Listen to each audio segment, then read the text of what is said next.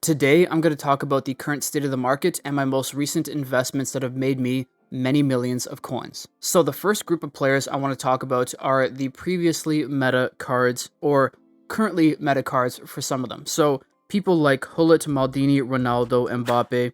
Mbappe is doing relatively well. He's hanging out at that 68 million, although he's been capped at that. His green ranked card saw a decent amount of demand for a little bit, now it's cooling off.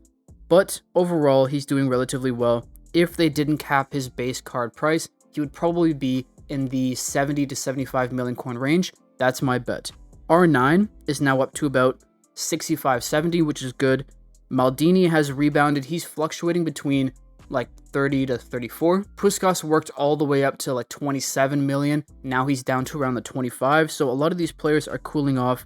They rebounded, but now they're tapering off. And I think part of it is that one, EA is starting to release a ton of new cards. I mean, I think it's tonight at Reset, we're going to get a new rewards path where every single day you get a daily reward. We usually get the daily logins, but now it's going to include like Mascherano's, Dudeks. I think we're getting another round of 90 rated Bellinghams and 90 rated Hollands. So EA are really moving in the direction of giving free-to-play players more options, as well as just giving people free players in general. That allows the game to move forward. It allows people to enjoy the game more, play with better cards, play with better teams. All around, it's a pretty good thing for the game. But of course, what it does mean is that these cards will take a bit of a hit in price because people aren't demanding them as much as they were before. So those were the previous meta.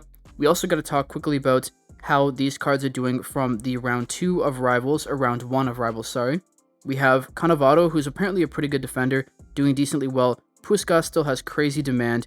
We still have Araujo with good demand. We still have Salah with great demand. So all of these cards are figuring out their market price. I mean, Valverde and Courtois are settling at their market price, as well as Barella.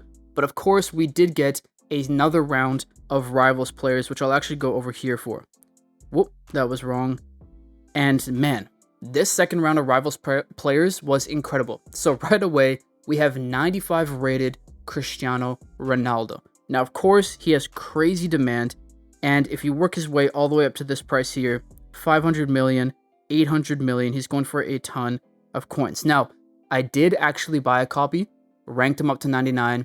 I'm trying to sell him right now, but I did do a review and some gameplay, which I will upload later today. Very exciting. I now believe, as a ranked up version, I haven't tried his base version, but as a ranked up card, he is the best striker in the game. And I think he 100% deserves his current price tag. The other big player from the second round of Rivals players is Neymar. I do want to try him out at some point. He actually is a decent bit cheaper and would be easier to buy and sell, but still, regardless, at the base price, he's 75 million, or 80 million rather, and at his ranked up version, he's still in the 100 plus million coin range. I could see his green version settling around the low 100s, and I do think his base version will probably stay around that 80 million coin mark. If they were to change that cap, I think it would go higher, but who knows how EA is going to handle that. Stats-wise, I mean, 96 dribbling is huge in this game, especially for wingers. So, great card added. We also got Milinkovic-Savic. Man, the center mid cards they're releasing look so good. So, Milinkovic-Savic looks very good as well.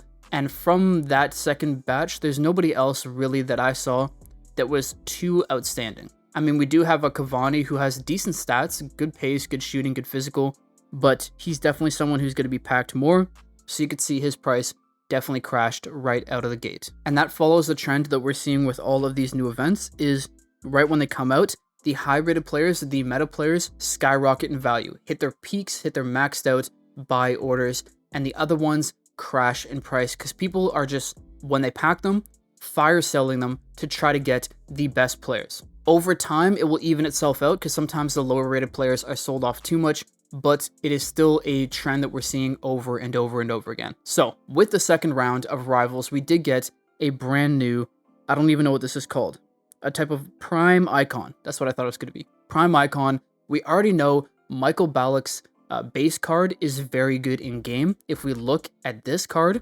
incredible.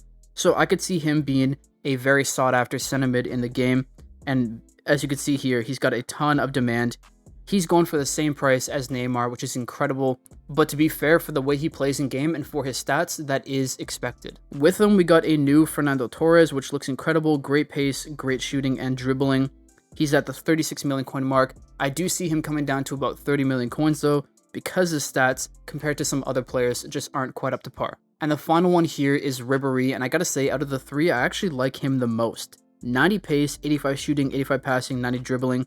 Great stats, but I love that we finally have Ribéry in game. I think that's my thing, is I have a bit of a bias. You can see there's decent demand for him. I could see him settling around the mid-20s, maybe closer to 30 million coins, but him being 90 rated will definitely hold him back. So we've covered the previous meta cards, we've covered the new rivals cards, now we have to cover the UCL cards. And we saw so much movement over the past few days with all of the UCL players. If you guys don't know, the second round of match day fixtures happened this week, and the reason why it's important is because some of these cards are getting upgrades based on whether their team wins 2 out of the 3 fixtures. So this week solidified upgrades for some cards. It also saw upgrades for others that were in the inform focus section, like Tchouaméni and Openda, but for other cards it didn't secure that spot.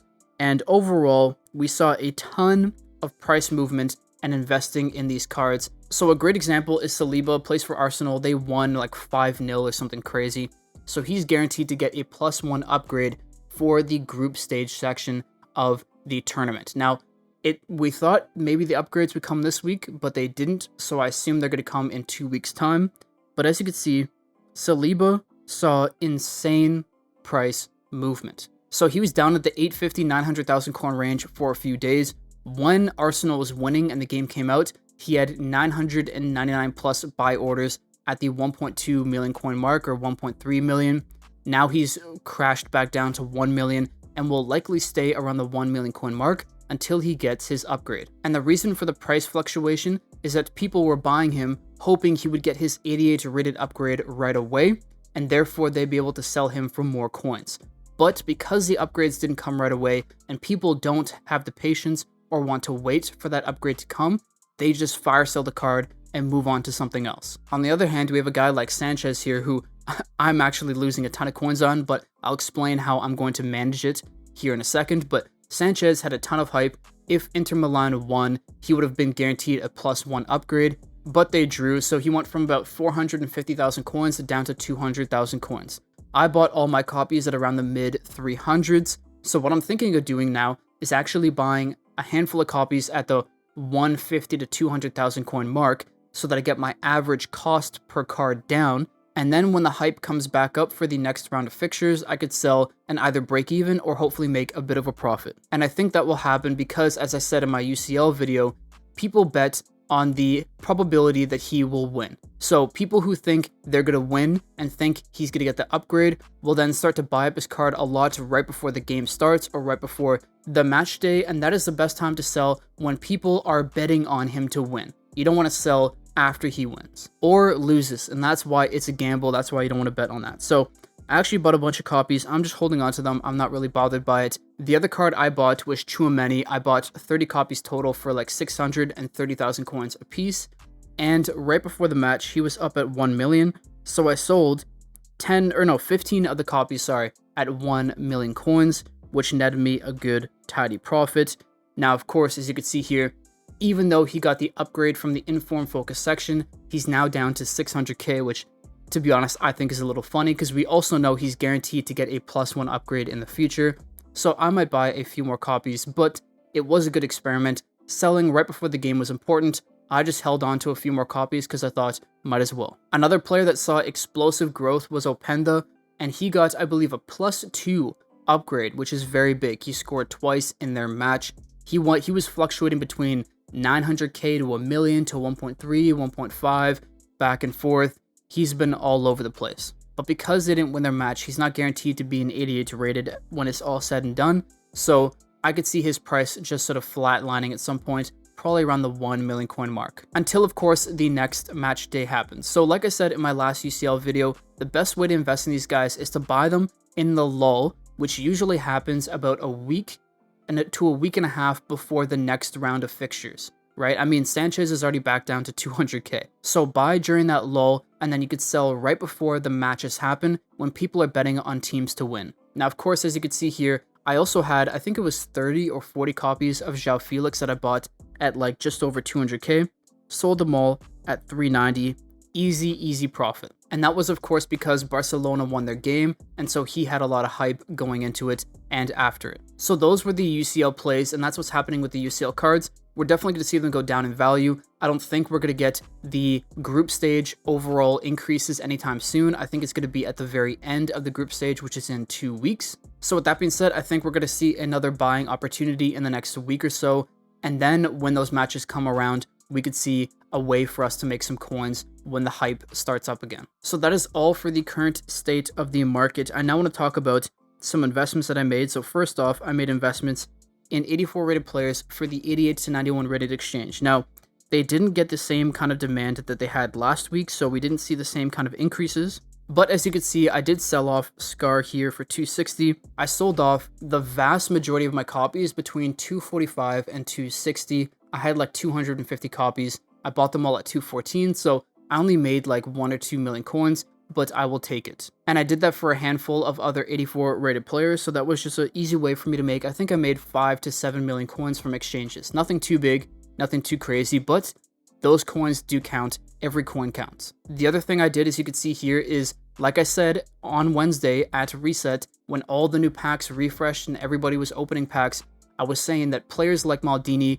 Hullet, guys like that will decrease in price temporarily because people are opening up packs, and then they'll go back up in value. So I bought 2 copies of Maldini at that period of time for 29.5 million coins and sold them literally a day after for 35.3, which nets me like 2 million, over 2 million coins profit, easy as you like. And I think that's going to be a strategy I use almost every week because it's almost a guaranteed cycle. They always seem to drop on Wednesday when new packs come out or when the weekly packs refresh. Same with the exchanges, and then they go back up the few days after. So it's a pretty easy and relatively risk-free way to make coins, assuming nothing crazy happens in the game or they aren't outdated or aren't replaced by better players. So that is how I made my coins recently. I'm probably going to stick to the trading the Maldinis and Hullets for the next little bit.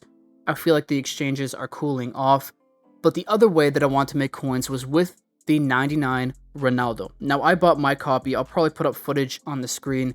I bought my copy at like 360 and now I have him ranked up to 99. I risked 4 Mascherano's, 80% chance of getting him to 99, and it worked. And now I'm going to try to sell him for some profit. Now, unfortunately, when I started my recording of the gameplay, he had a buy order at 550. And I'm like, okay, if I could get the gameplay done, sell him at 550, I've just guaranteed myself like 100 million coins plus in profit. But now, because people are trying out the card and probably trying to invest or make coins with him, you can see the price is rapidly going down. He went from 550, now he's down to 525. I'll probably try to sell at like 520, 519. I just want to get my coins back because I do think he's going to go down in value. I mean, right away, his purple version demand is going down. He was at like 10 people trying to buy him this morning when I was doing it. Now he's down to 2.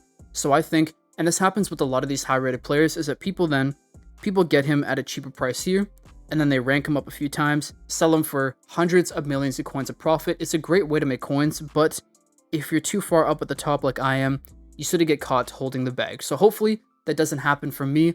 We will see. I'll update you guys in my next market video. But with that being said, I'll see you in the next one. Peace.